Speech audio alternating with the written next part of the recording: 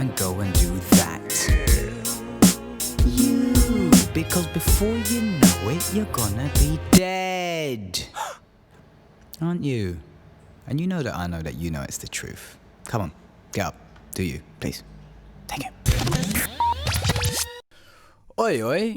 You know what? You could be an international listener. What's going on, America? What's going on, France, Afghanistan? I'm sure someone in Afghanistan wants to progress and is listening to this. I don't know, but welcome to the Do You Show with me, Reuben Christian. I'm a presenter and comic and all-round dream chaser, as cheesy as that sounds, based in London. London town, bang in the middle of East London, mate. That's where I'm based. That's where it's all popping off. That's where it's bubbling. If you ain't been down here, you might want to get down here, mate. Sorry, that's just the Cockney inside me coming out. I can also go road, you get me, because all of us are from the ends and that. Wow, that was like road mixed with, I don't even know, Southall. The people in the UK would probably get that. But anyway, so yes, Do You. Do You is this show. Do You is it's a show where I sit down with people that have found and are following their callings unequivocally with the aim to motivate more of us to do the same, because as you know and as I know, there are loads of us in the world and a lot of us aren't happy with what we're doing on a day-to-day basis with our job, and it would be nice if we could make a living out of our passions. And that's what this show is about, speaking to the people that have done that have found their passion and are going all out without much of a plan B to make that their life's work. And those people are happy, and I think more of us should be doing that because it's just a great thing, and we give back to the world because we're happy doing what we're doing. Yeah, so that's basically the concept. Now today's doer, I'm not even going to call these guys guests anymore, man. These are doers. These are people that get up and do shit, man. His name is Tyler Barstow, or should I say Tyler Barstow. Tyler Barstow. Everyone in America now would like to fly over and slap me in my gums because it was a shit American accent and it was just crap. Sorry, Tyler. Sorry, everyone at, oh my God, what was that, a burp or... What was that, a breath? I don't know. But it came out, man, and I'm going to leave it in because I'm real. I'm real, Tyler. I'm real. So yeah, his name is Tyler Barstow. He's a co-founder of a company called VinylMePlease.com. That's their website. They are a vinyl subscription service. Now, I'm going to jump on their site and I'm going to read this verbatim, right? This is what they're about. Each month you will receive an album on vinyl delivered straight to your door. Albums that aren't just good but essential for any record collection. The kind of album that will grow old with you. You'll also receive a custom cocktail pairing, which is a recipe, and an album-inspired piece of art from one of your favourite artists. So these guys are music purists that have based a whole business on sending you vinyl, which is a lot older than cassettes. It's the real deal, and anyone that's into music, after listening to this interview, would understand the power of vinyl and find a new respect for it, which I have done. Speaking to Tyler was excellent. I love speaking to entrepreneurs, people that have taken risks, people that have gone out and are doing what they need to be doing. He's a very humble guy. He's probably cringing now that he's hearing this, and he knows his stuff. He's very open-minded and he's learned a lot on his journey. They've had ups and downs, which you'll learn about in the interview, and it was just great to learn from him. He's quite spiritual as well. He's big into hip-hop, as you'll learn about the jumper he's wearing in the interview, but he's also read quite a few spiritual books and stuff that I have, so the conversation was really, really interesting, man, in general. Now, if you don't know me, my name is Reuben Christian. As I said, I'm a presenter and comic based here in London. If you want to check out any more of my stuff, it's ReubenChristian.com, REUBEN Christian, spelt like the religion.com, and all my social handles are /Reuben Christian, other than Instagram, which is Reuben Christian 1. So you want to work with me, you want to get at me, you want to stalk me, or if you want to send eggs to my mum's house, do that. You can find me online, man. So here's my interview with Tyler, and it's all about VinylMePlease.com. Check it out, and if you like this, guys, please share it, because I'm sure it will motivate someone else to go and find out what they need to be doing on earth instead of looking at snails every Tuesday because they've got no income or no job. It's boring. I've done it. I hated my life for it. Thank you. Find out what you're here to do and go and do that. You, because before you know it, you're gonna be dead. All right. Like I said, bro. Yeah, thanks for coming on the show. No, thanks for having me. First man. and foremost, there are no rules to this, bro, Awesome. at all. Yeah. Do you know what I mean? Like, you got a jumper saying sex, drugs, and rap. You can have all of that going on in this interview. I just don't give a shit. So. Like, Perfect. Yeah. Real talk. Firstly, what is that drink? Is that like a... Looks like it's some sort of very old bottle of Captain Morgan spiced rum. Oh, I don't think nice. I've had this since college, but Seriously. that's all I could find on the shelf. Just reminiscing. We're in Lucy. We're at the Wern. She's on Twitter. The Wern's headquarters. She's like just this PR beast that I work with. Very close friend of mine. We're in her front room because we had nowhere else to go, and I guess this is where you guys are just camping. Yeah, I know. Right? It looks sort of like a campsite, doesn't it? Yeah, no, real talk. Is that her blow up bed? Yeah. This is 100% original, purebred Lucy Werner. Lucy Werner product. Yeah. And her drinks up there as well. What's she got? Martini. Yeah, Caesar? she's got a lot of. I think she has some like elderberry something over there that her dad made. And then a huge bottle of Pimm's, whatever that is. That's not. You never heard of Pimm's? I mean, bro? I've heard of it, but I still don't really know what it is. So I think I've had it one time. Shit, there might be one way to find out. 30 minutes in, we'll sort of tap that in after the spice rum is gone. Real talk later on at the listening party. Cool. Man. Yeah. All right. So for the people that don't know what VinylMePlease is, what is VinylMePlease? Yeah. So VinylMePlease is a Vinyl Record of the Month club. So every month we partner with an artist or a musician directly, and we do a really cool limited edition, like can't be found anywhere else version of either their album or one of their albums, depending on, obviously their library of work that they've done. And so it's a version you can't find anywhere else. And we go and we find visual artists, so painters, drawers, anything like that, and we send them the album, and we commission a piece of artwork from them that's influenced by the record. So we put together like a 12 by 12 print of that as well, and then we pair it with a custom cocktail pairing. So every month, each of our subscribers gets a copy of the vinyl, a 12 by 12 copy of the art print, and then a custom cocktail pairing on a card. And that all gets shipped in like a custom black VinylMePlease mailer that shows up at your door. Mailer. See, what does a mailer mean? That's American lingo. So it's like essentially just a package that like a mailer that like you would ship vinyl in. So it's like it's custom made for vinyl. So when Luce first told me about it, I mean, I'm not a massive music head. I know a lot of people in the industry that are. They both make music and they listen to it, like some real purists. So to me, being a non-music super music head, I would think vinyl is dying. Why would you base a whole business on vinyl? That's a great question. I mean, I think even the why behind the company speaks well to, I think, sort of the point of why you have put this together. I think it's part of it was, vinyl as an industry has actually been growing a lot, which is something that people are really surprised to hear. So it's very much a niche business. I mean, it might account for 1.5% of sales in music or something like that. It's very small. And is that US stat? I think that's global, and I haven't checked in the last 6 months or something. I mean, but just as an example, it's a small number like that overall. Like it doesn't compare to digital sales at all. But it's the biggest or fastest growing section of the music industry. Currently, right now. Yeah. So I think we. And the numbers are probably all wrong, and I'm sorry about that. I check in on them every once in a while. We know that it's going well, basically. So it's not. But I think we passed last year's sales, like 3 months ago for this year, as far as like the whole industry of vinyl. Yeah, well done, man. I think they'd sold like 6.5 million units, like in July or August. So last year, I think they did like 4.5 or something like that. So. This is vinyl's full stop globally. Yeah, I believe so. Okay. I thought it was your. Yeah, and I'm sorry if some of these numbers are a little bit off to whoever's listening. I mean, it would always change over a period of time. Yeah, anyway, totally. So but now, it's I been guess growing kinda about so basically since 2006. It's been growing roughly at like a 30 to 40% clip year over year. That is. Yeah, it's amazing. I mean, I think in 2000s, it's at one point in the early 2000s they were selling 250,000 units a year in vinyl, and now obviously they're doing more than that a month. Way more than that a month. And so do you think, sorry to cut you there, quick thought that popped into my head, right?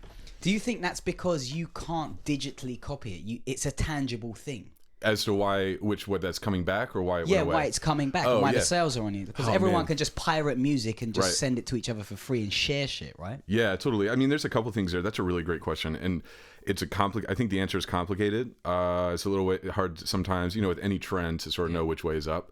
It's a little bit of a Gordian knot in some ways, but I think some of the Gordian knot. I've never heard of that term. It's basically Sorry, totally. No. So the Gordian knot was essentially this most likely mythological knot that had never been able to be untied. And so Alexander the Great, it may have been real. I mean, it's hard to know with some of these stories, but Alexander the Great famously, it was like this test to see if anybody could ever untie it. And he famously went up and cut through it with his sword. Okay. And he's like, there, I've done it, you know. So, so yeah, he's effective at least. So, yeah, I mean, so the thing about that, I think, is that any lifestyle trend obviously there's some strange phenomena of like every 20 years or so, things that were popular 20 years ago become popular again. Yeah, okay. And I think part of it probably is like the stuff that we, you know, with like 90s parties, for instance, you know, like, I don't know. I at least have been getting lots of more invitations in the last 4 or 5 years to like 90s parties. So much shit. I just saw. I saw a poster on a tree outside Old Street Station. Did you really? Bro, yeah, with fucking Fresh Prince of Bel-Air and all that stuff in it, all those colors, all the flat tops. So yeah, so it's the 90 cycles come around now. You reckon? It feels that way, yeah. And so I think on some, and that's for probably totally different reasons, but it feels like. So I say all that, to say like on some level it's vinyl falls into sort of this rhythm of like, okay, it's getting big again because it's been gone for a while.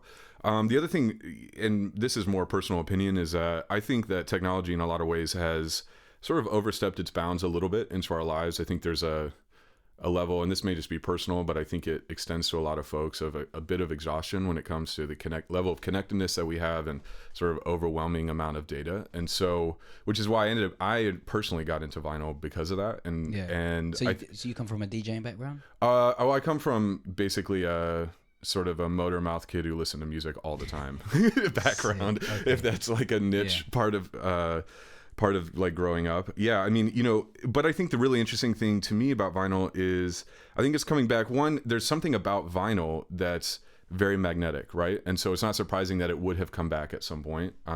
It's very difficult, I think, when you're around vinyl, it's very rare to take someone around vinyl, in my experience, where they don't get some level of excitement about it. There's something very visceral and like you were saying, it's physical and it's very inconvenient. You know, it's sort of, there's a ritual to vinyl that is. You say it's very inconvenient. Right, exactly. Yeah. Which is interesting. Like it requires more work and it requires more keeping. It requires more everything than like an MP3 library or something.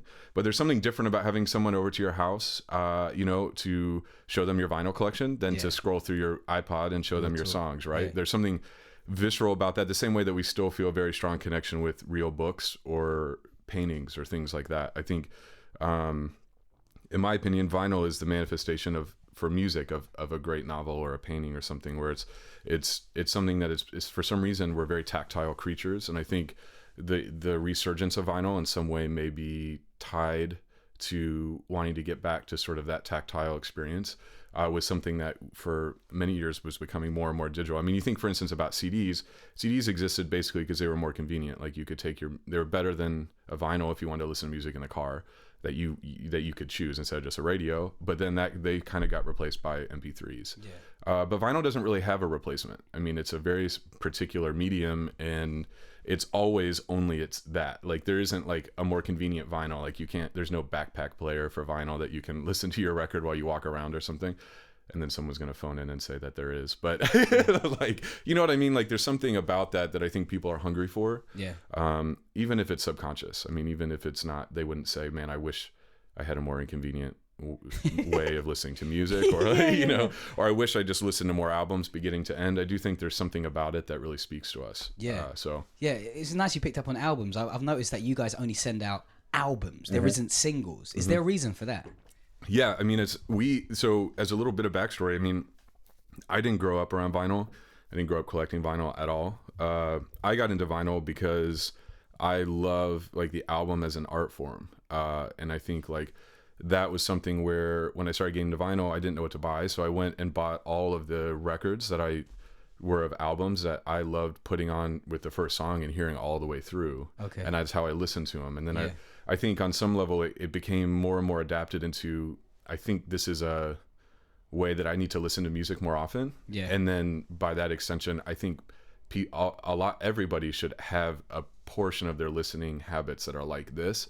And so we locked in on vinyl because vinyl forces that. Like it's very difficult to skip from track 1 to track 3, right? Yeah. So you just put it on and off you go. Yeah. And so you follow the journey that the artist wants you to follow. Right. No, I mean, it's like it's like sitting down and reading a book from the first chapter on, like, you know, and I think I think I'm a little bit all over the place topically, but it's one of the things that's really exceptional to me about vinyl is that, for instance, like it would be, you wouldn't really take a lot of credit. You wouldn't give somebody a lot of credibility who said, yeah, you know what? I sat down and read chapter 33 of War and Peace, and I didn't like it, and so fuck that book. I don't. Fuck off, fuck off, Tolstoy. Yeah, that dude is a fucking prick. And it's like, yeah, well, you don't like respect that, like you're not like, all right, that's an opinion on Tolstoy I need to listen to. So like, I think in another way, like digesting literature, digesting things as they were made, and then letting it sit, and then forming an opinion from it, rather than I heard this clip on the radio, I don't like that artist at all, or and so I don't mean that in a very pretentious way. I think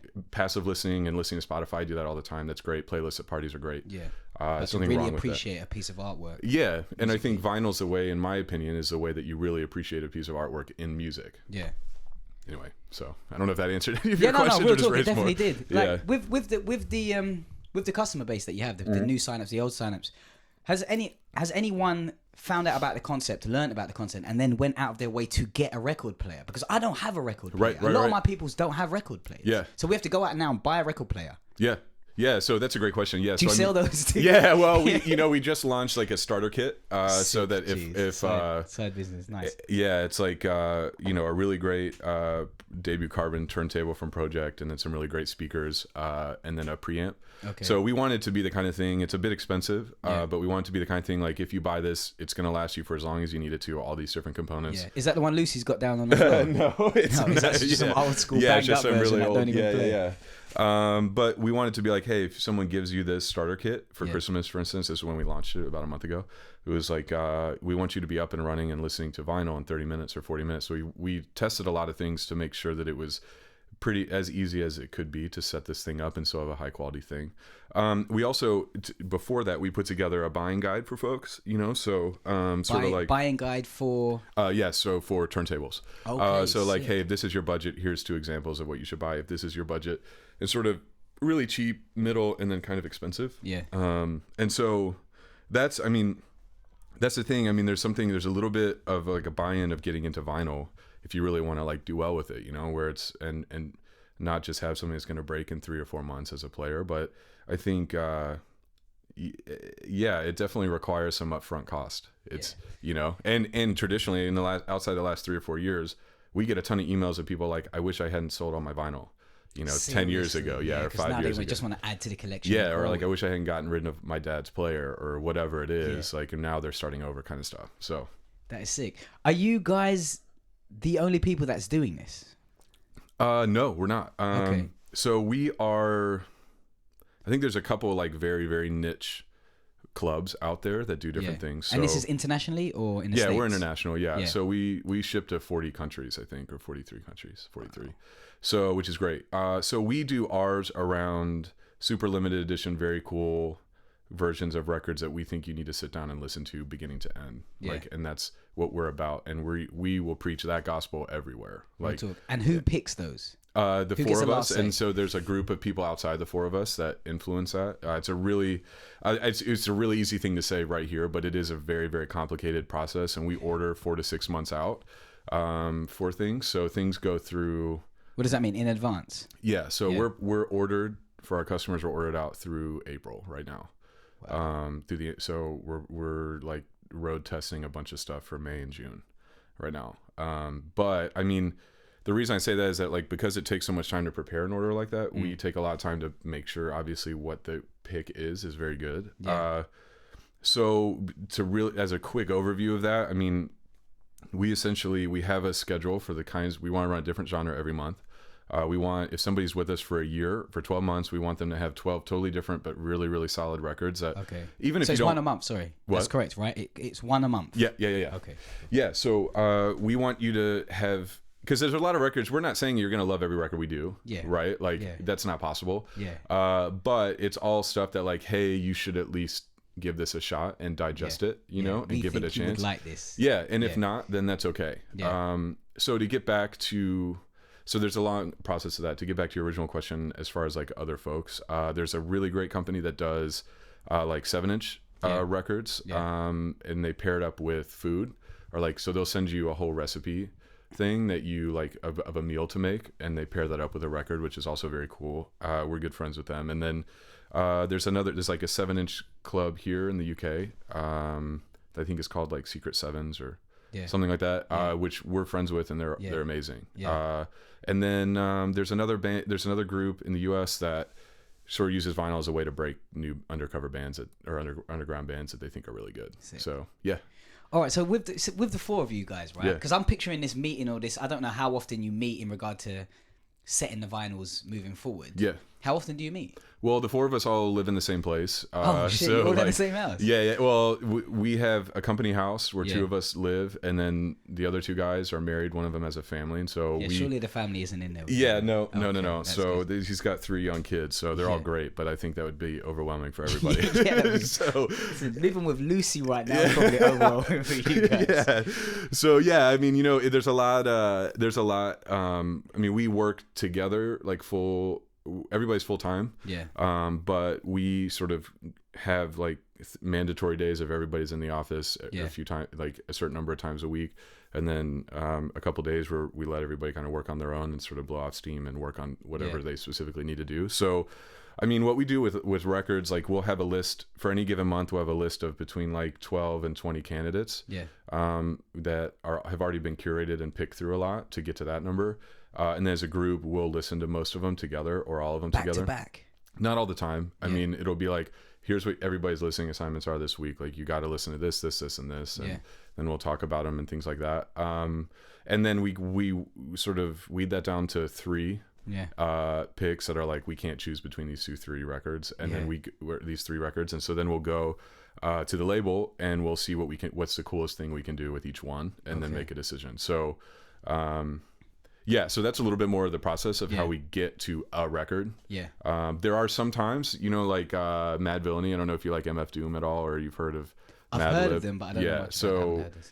MF Doom and Madlib put together this great record like 10 years ago. So their label called us and said, we're doing this 10-year anniversary reissue. Oh, sick. Can we do it through you guys? And that was an instant yes. I mean, a record like that comes along, it's a classic. It's like, there's no question. So there wasn't a lot of process in that month, just because they called and we were like, absolutely, everybody should hear this record. Sick. So are all of you guys into totally different genres of music? There's enough overlap that we don't kill each other, so, but it's the way you answer that question, it seems like you've been asked that a couple of times. Yeah. I mean, it's like that quick thing, right? Because it's like, it's like, do all 4 of you just like all the same stuff? And then it's like, that would be terrible. That would be terrible, and we'd all be running, like indie folk records or something. Which is no good. So we, like Seb's super into electronic. He knows everything about, and not just, I don't mean like Skrillex electronic. I mean like you could talk to him for a whole day, indie, just about everything. all this stuff. He knows everything. I'm that way a lot about like folk and rap to an extent. Like, I grew up on rap, so I'm really into that. You're a jumper again. I'm gonna bring it up. Totally, Sex, man. drugs, and rap. Where's that from? It's from Diamond Company, or is that how you Company? live? Just straight sex, drugs, and rap. No, and it's whiskey. It sounds nice, right? Yeah, no, actually, life, I spent a lot of time like reading alone by my house, and playing online chess. So it's sort of like the opposite of that, sadly. Maybe someday though. That sounds nice. But I think there's a lot between. So that's true for everybody. Everybody sort of has their niche stuff that they really, really love, and so it's cool because when we say, hey, let's run a really classic indie record, for instance, or a really classic rap record, or a really classic jazz record, everybody comes to the table with a lot of different stuff because they have their things that they really love. And then when there's 3 other people you have to convince about something, when you're spending... I'd love to see that process on video. Especially diehard fans. Totally, man. Shit. No, that's a good idea. Maybe we could do something like that. That'd be really cool. Right. I think that people would probably see it's a lot less of a fun process with people getting fights imagine, a lot, coming down to decide on the one that's going out. Right, so correct me if I'm wrong here. I'm just trying to get it all in my head, right? So every month you will send one record out to the whole customer base, just the one record. It isn't different ones for each customer. Totally. Yeah, it's all one. Which is, we want it to feel like a club. Obviously, we have a customer store where we go and we offer for like free shipping and pretty cheap. So there is a walk-in. There's a bricks and mortar place. Oh no, sorry, it's online. But only our folks can shop there, and it's free shipping and it's pretty cheap. We try and get as cheap as we possibly can for the records, just so folks are like, because all of us have other stuff that we love that we are never going to get to run. So because we can only run 12 records a year right now, so everybody in the team gets a pick for the store every month. Okay. Yeah, so like next month I'm running the Nobody Smiling record from Common that just came out on vinyl, which would be cool. Stuff like that, where it's like that we can, everybody, that sort of gives people some freedom, just be like, whatever you want, we'll sell.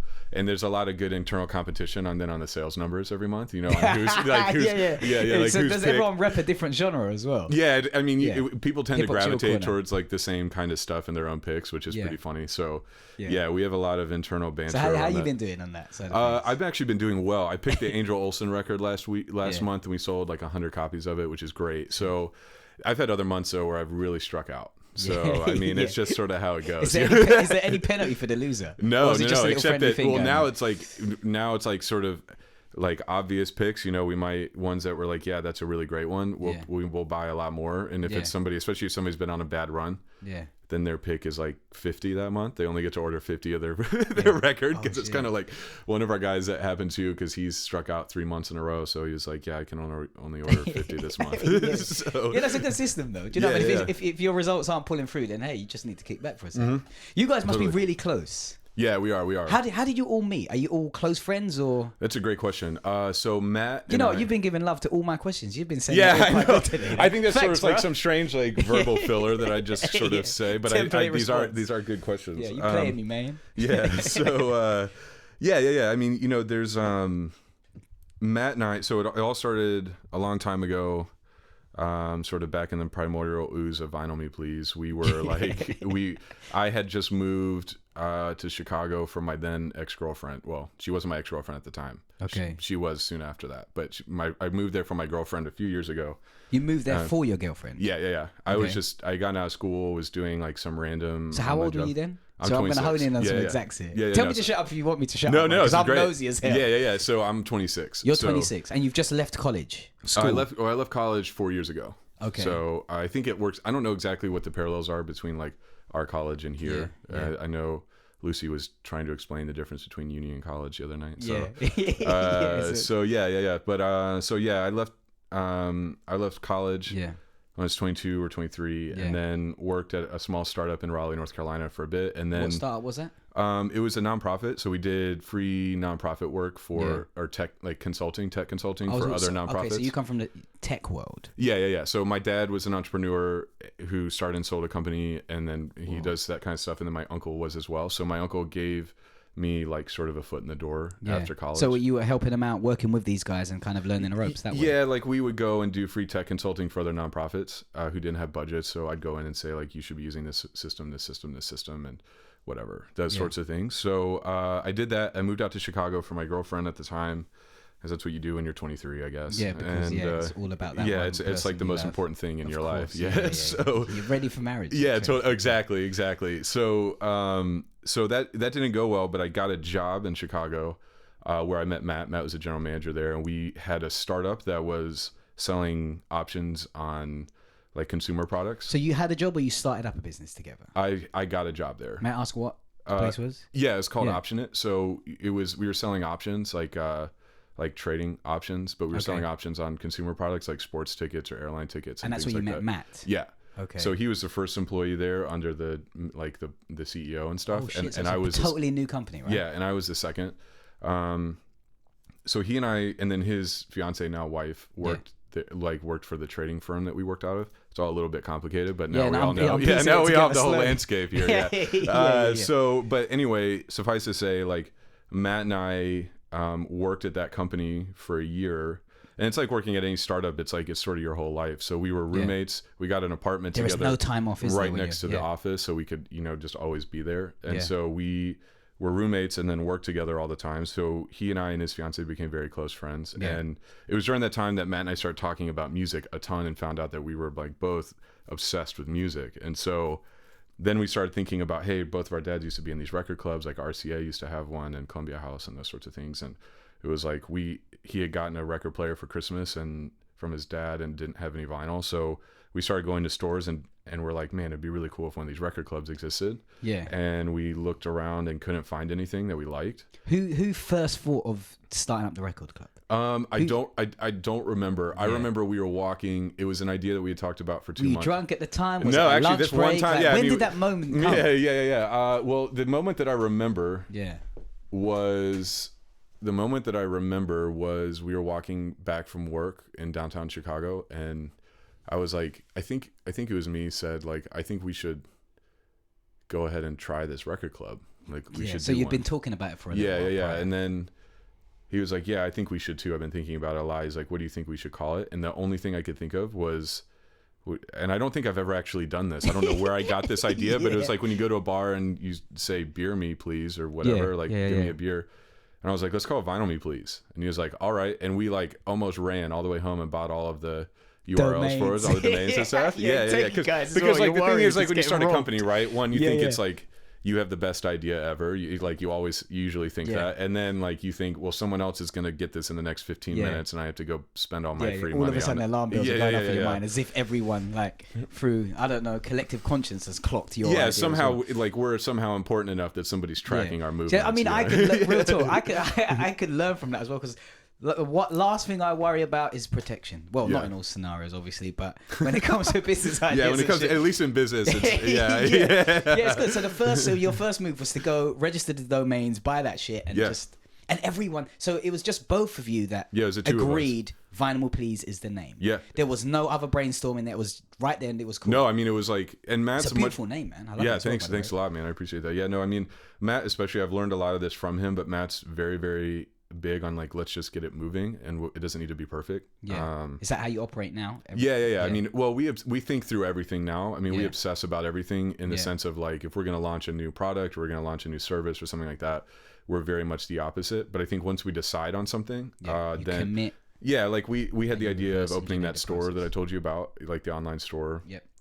And we ran it out of a Google form for a long time, which is, imagine the most inefficient way for managing that process, and that's it. But it was free and we could start testing it. We were like, I wonder if people would like this, and then we did $4,000 in sales in the first week of it. We're like, I think people like this. Like we're gonna working. So I think that's Matt's really good at that kind of stuff. And so what was his background? So did he come from a tech background as well? Sort of. I mean, well, not really. He was actually a music business major at a university in Nashville, called Belmont. So they're really big for their music program in general. But he had sort of gone through the music business thing and sort of got really fed up with the industry and was kind of like, I pretty much don't want to work in music anymore, and got this tech job in Chicago.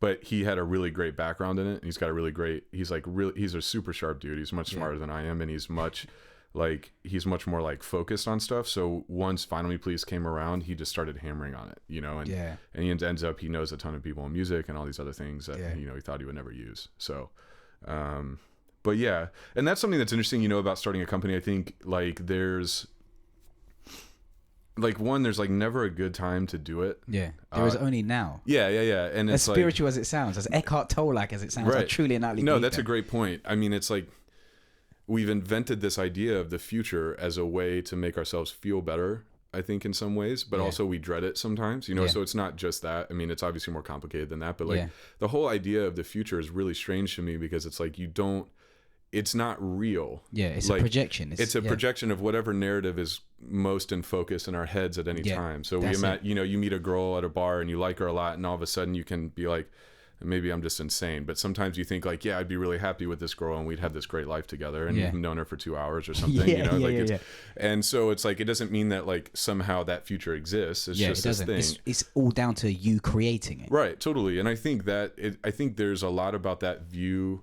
I think, even from a spiritual perspective, there's a lot of different like thinkers and religions and things that focus on the present, and teach the importance of that. And I think it sort of develops a humility in you, because it's like it's only then now, and like it's amazing what you're capable of when you're very present and very focused, and it's amazing how incapable you get when you're not. At least for me, like structure and focus is really big for me, because I'm the opposite of structure and I'm the opposite of focus. Or you have been. But you're not so much now. You're I'm very structured and very focused now, but I have not been historically at all. So. I think it's the same with me, man. It's like, I still up to this day think I'm innately lazy. I mean, I get up every day and I get as much done as I can, but I wasn't like that. And I was aware that I wasn't like that. So every single day is a constant fight. And I think if I stop doing that, I will just slip back into the old guy. I 100% agree. I'm the exact same. I think... And, you know, the more people I meet, the more people that I think are the same who have just been more disciplined at times. But where it is a thing of, I mean, I was always the kid who was very satisfied just having the idea for something, but not really doing it. Because you feel warm about the idea. Right. You create this picture of the future and it's just like, yeah, it's going to happen. And you sit back. Right. No, and 10 years ago and you're still in the same room. Yeah, totally. And you're still telling your friends your next idea, you know? Fuck that. It irritates me now. I know. Because there's so many times like that I've done that in my life. And there's something I think even like biological in your mind where when you tell someone about something, like I feel like there has to be some sort of response that's subconscious that feels like it's done. Yeah. Because it's like, ideas are things. I'm going to put it out. Yeah. I'm going to do this. And now I'm going to tell this person that I'm going to do this. Yeah. And for me, it would stop there a lot. And so it'd be like, okay, well, that was a cool brainstorming session. Yeah. Like that was interesting. And then you go right back to like not doing anything. The phone rings. Yeah. So like Matt's exactly. And you're like, yeah, okay, I'm just going to check Facebook one more time. Yeah. So it's like Matt's the opposite of that. And so I think that's another thing about starting a business. I think it's really, really important. And I'd love to get your thoughts on this or from your experience. I mean, I think there's the importance of being very honest about what you're bad at. Yeah. And finding people who are very good at that. Yeah. It's like, I don't know. I mean, in startups and things, like there's a lot of ego involved with a lot of people where it's like it becomes sort of a show about them in some ways, especially it seems like sometimes when they get very successful or famous, and you forget one that it takes a tremendous number of people to help you do anything. Agreed. I mean, I think about Lucy, for instance, that right? The hard way, yeah. Like Lucy, hugely capable, very, very, very sharp, and like this whole trip is happening and it's been really great for us because of her, right? So it's like it's the reason you and I are speaking, right? She's exactly. done some great things for us guys as well. Yeah, she's amazing, and it's like I didn't just create all this out of myself. I didn't create VinylMePlease out of myself. I found, you know, Matt and I made it, and then we hired 2 guys that have since become partners in the business because they just killed it. The other 2 guys. So Sev and Cam, they're both partners now, and they have just destroyed it. Like, seriously? Yeah, man. What did you hire them for? We hired Cam for marketing. Okay. We were paying him $400 a month while he was still. So he was doing it on the side. Yeah. And he had 3 kids, and he would come home from work and spend. Who's this? Sorry. Cameron, our marketing guy. Cameron. Okay. So we were paying him he was the first person to ever work on VinylMePlease other than Matt and I. And yeah, it's crazy. It's so long ago. God. How long ago was that? He's been with us for over a year. Yeah. You can sip the whiskey, by the way. Yeah, it's not going to sip itself. Oh, yeah. Totally. Like, the whole bottle's there. Like, yeah. Lucy ain't here. Let's just roll. Yeah, totally. We're just going to roll through it. Yeah, no. But I think, so we got him, and then Sev came on to help with operations. Yeah. And both of those guys like became just tremendously vital to the company, and we grew so much. I mean, yeah, man. I mean, we went in. Okay, so just to give you a little bit of background, we came into this year. This is our second year as a business. So we came into this after the whole first year with like 212 customers. 212. Year one. And that was with 2 of you guys. Yeah, and that was with us. None of us were full time, and we were really not focused on it. I mean, we almost shut it down like 10 times. It was, seriously? Yeah. No fucking around. You had discussions 10 times about. Yeah, it could have been more than that. I don't know, man. I mean, it's like we still wrap up until last month. We would hand wrap all the records, but it's like it'd be 2 a.m. on a Wednesday night, and we're still hand wrapping. You know, it's only like 30 records or something. We're not making any money. Like, we're breaking even because of the way we set up the business. But like, Matt and I aren't taking any money out of the business at all. Matt and I didn't get paid anything from the business until July this year. So it was a year and a half without taking any money out of the business. So you were working part-time? Yeah. In tech? Yeah, I did customer support for a company that provides customer support services for tech companies and mobile apps and things. I did that full time basically, and did this on my side. And Matt had a development job in Boulder, but so we came into the year with 200 people. I mean, 200 folks or 212 folks as customers, and now we're about to break 7,000. Well done, bro. That's it's fucking awesome, right? Yeah. I mean, have you ever seen someone tap have you ever been to a party and a tune comes on and they start tapping a ceiling? No. Ever been to a ragga rave? Okay. Go, boop, boop, boop, boop. It's just appreciation. So I'm just tapping Lucy. Yeah. Well totally. done, man. So what are you at? 7,000? Almost 7,000. I think I haven't checked in when I flew over here last week. Damn, I mean, we're adding between 1,000 and 1,500 people a month right now, and so we were a little bit over 6,500 like a week and a half ago. So I think we've been doing quite well since then. And who or what move made that shift?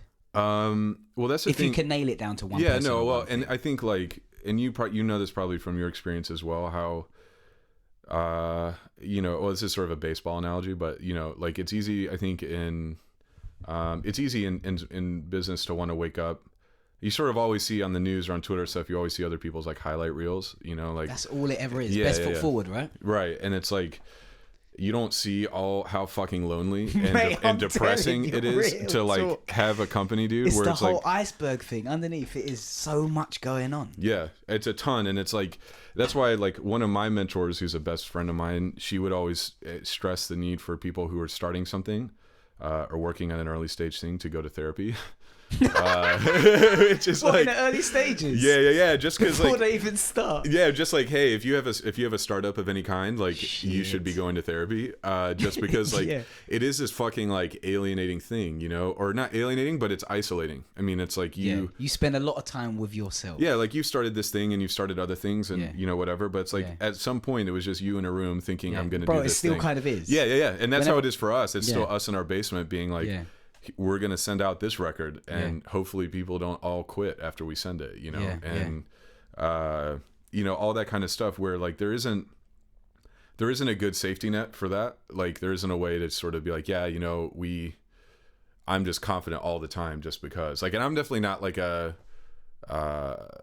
I'm not like an alpha dude, you know, who like always thinks he's going to crush everything or something. Like I'm like, you know, I write a lot and I'm like extremely like introspective and probably on some level like sort of depressive on my own, and so I think like working on projects like it just pours more fuel on that fire in a lot of ways, because you don't have another structure. You don't have something where it's like people think it's all. I remember I was on a date with this girl one time and we were out with some of her friends, and one of her friends was like, the company was sort of going through a bad time and I was a bit out of it, and somebody was like, yeah, so it must be really, really cool running VinylMePlease. And I was like, you told him the truth because I was like, you know what, man, it fucking sucks. All right.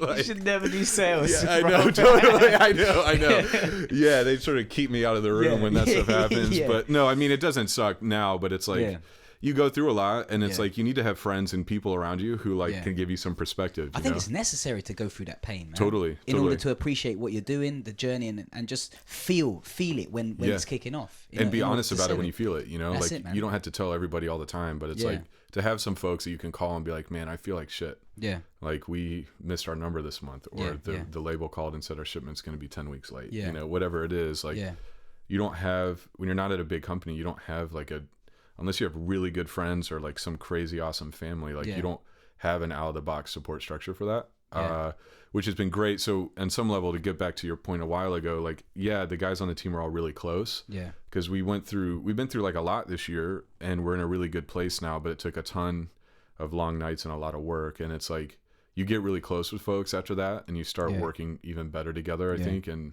that kind of stuff. You understand each other very well. Yeah. Right? But you can't fake that, you know, like, on some level, I think, even from a recruitment perspective, where it's like, I need to fill this gap, on some level, I don't know. I mean, there's a lot of stress on like finding exactly the right person, but there's some level of like chemistry or connection or whatever with people that you only get once you go through a lot with them. Yeah. And so it's never going to always be perfect right out of the bat. Yeah. You know, like you're never going to communicate well all the time, any of that stuff.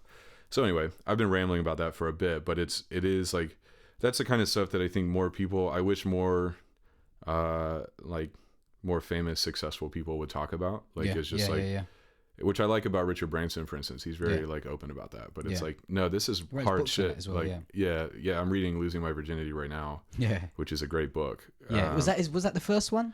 That's his like autobiography. So he's put out a few books kind of like that. So I'm not really sure which one is which as far as that, but anyway. Yeah. No, I think I've read a couple of his things as well. Like when I was younger, I used to go to a lot of entrepreneurial events down at Excel Centre. Not too sure if you know that place down there. I don't know. Yeah, okay, East London side. But yeah, I used to listen to these guys speak, and the good thing, what I really used to take back is, I mean, there's two parts to their delivery. There is, you know what, guys, you can get up, you can do anything you want. Here's the proof. Right. And then the other side is, you know what, it's gonna be a hard journey. Understand that, open your mind, and be prepared to take the knocks. Yep. And that's what's kind of equipped me. But then I went out. eternally optimistic, bro. Yeah. Do you know what I mean? And so I've gone out just thinking everything's going to be all right. And I've just been slapped in my face, in my teeth, in my ears, in my nose, non-stop. And I've just kept getting up. And now I think I've got a skin that is quite thick. Yeah. And I mean, and I'm teaching the people around me, anyone that I'm working with, I'm just trying to pass that on. So it's a good thing, man. No, dude, first of all, much respect for doing that. That needs to be done. So that's awesome. I'm glad that you're doing that. That's very cool. And I think, it is a mentality like that. I do think, you know, especially in your like early 20s or mid 20s, like you need to kind of fuck your life up, you know? Like I think you have to try things. Yeah, you got to really try stuff, and not like just the stuff that you know is going to work, but like really, really go after stuff and be like, I want this really bad, and then I didn't get it. You know, there's something fail a lot. Yeah, and I don't mean that in a like sad way. It's like there's something important about that experience of like whatever it is, whether it's a relationship or a job or both, or like moving to a new city, or like something something at home or whatever it is, where it's like I think that people need to go through that stuff, just because,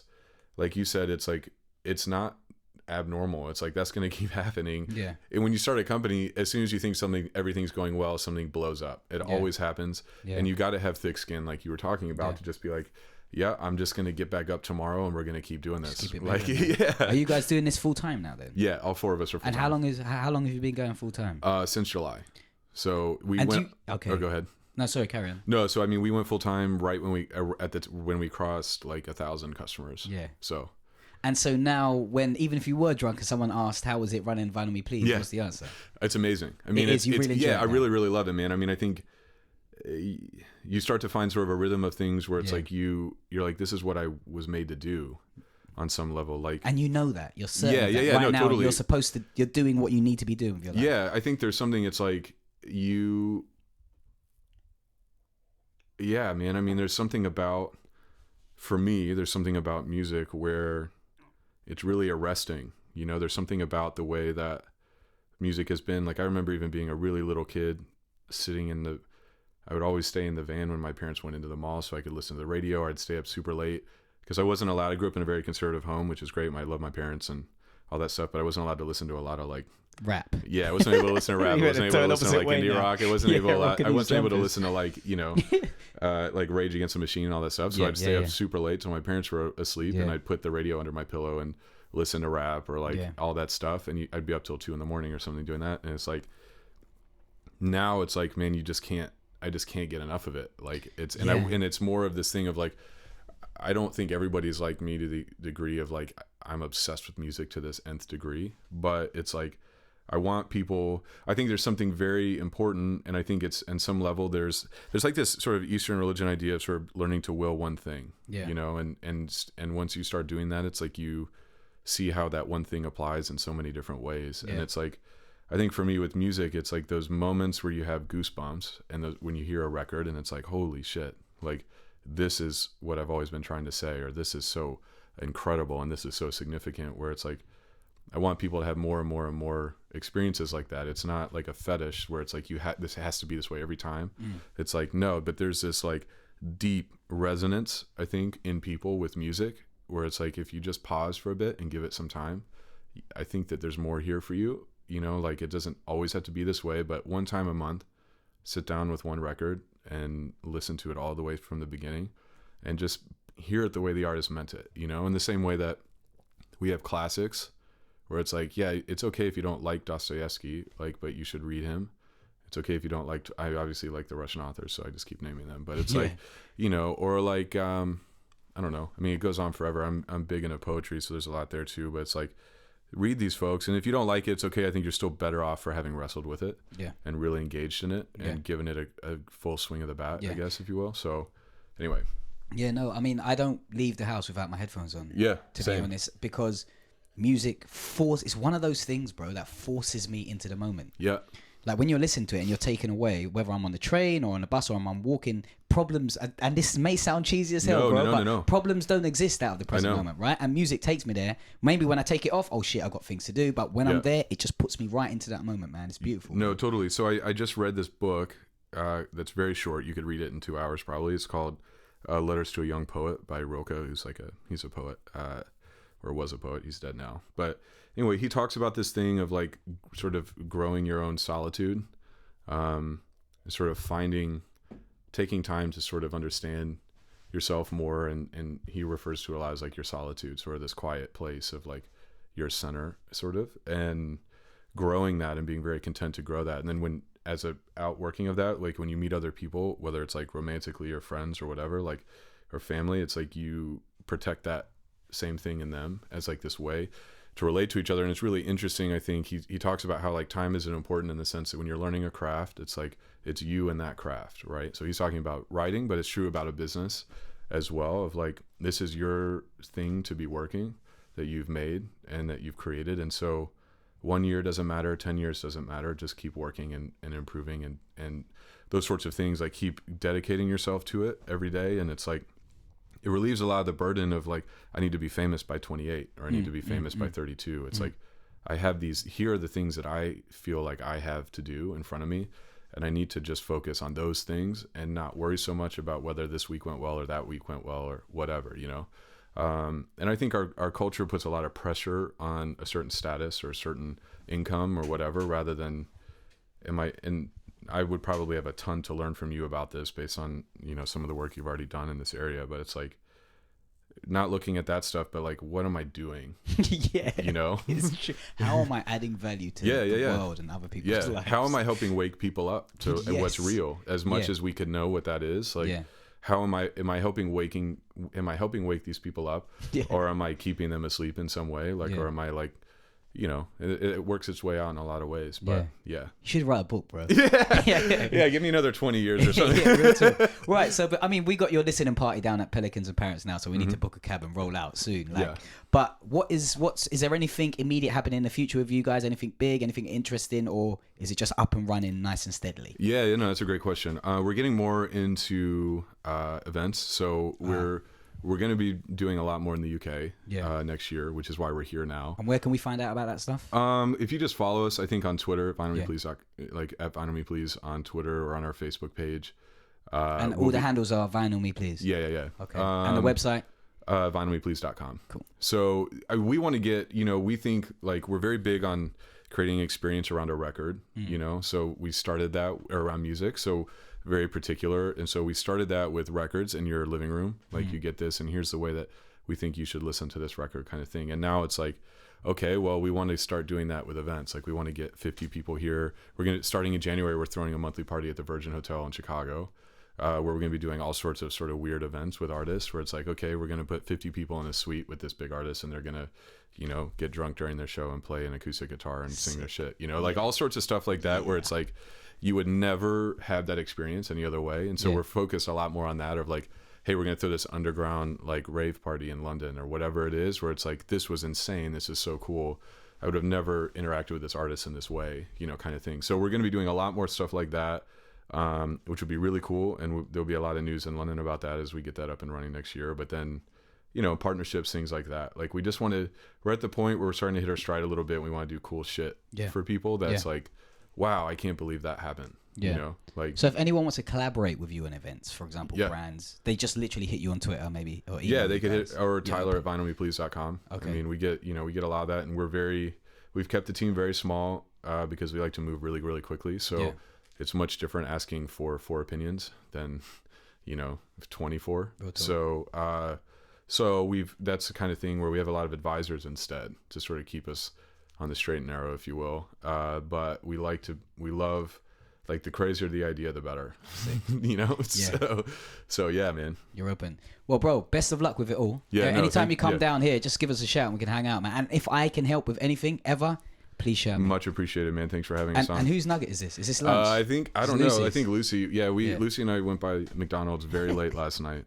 Might grab that. I think they were closing and they were like the last people out. Oh, so that's already last nuggets from yesterday's McDonald's, which has been left overnight and is about to be consumed by me. Totally. Beautiful. Well, thank you very much, bro. Thanks, we'll catch man. up soon, man. Yeah. One love.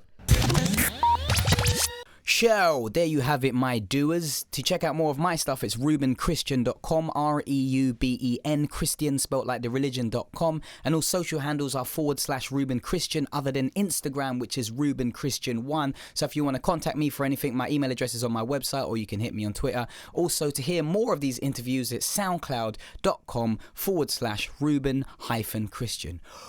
Whew. Whew, that was all one breath, you know. Anyway, guys, get up, keep connecting, keep learning, and keep doing you. Because we need your talents. Believe me, we need you. Boom! You. Find out what you're here to do and go and do that. You. Because before you know it, you're gonna be dead. Aren't you? And you know that I know that you know it's the truth.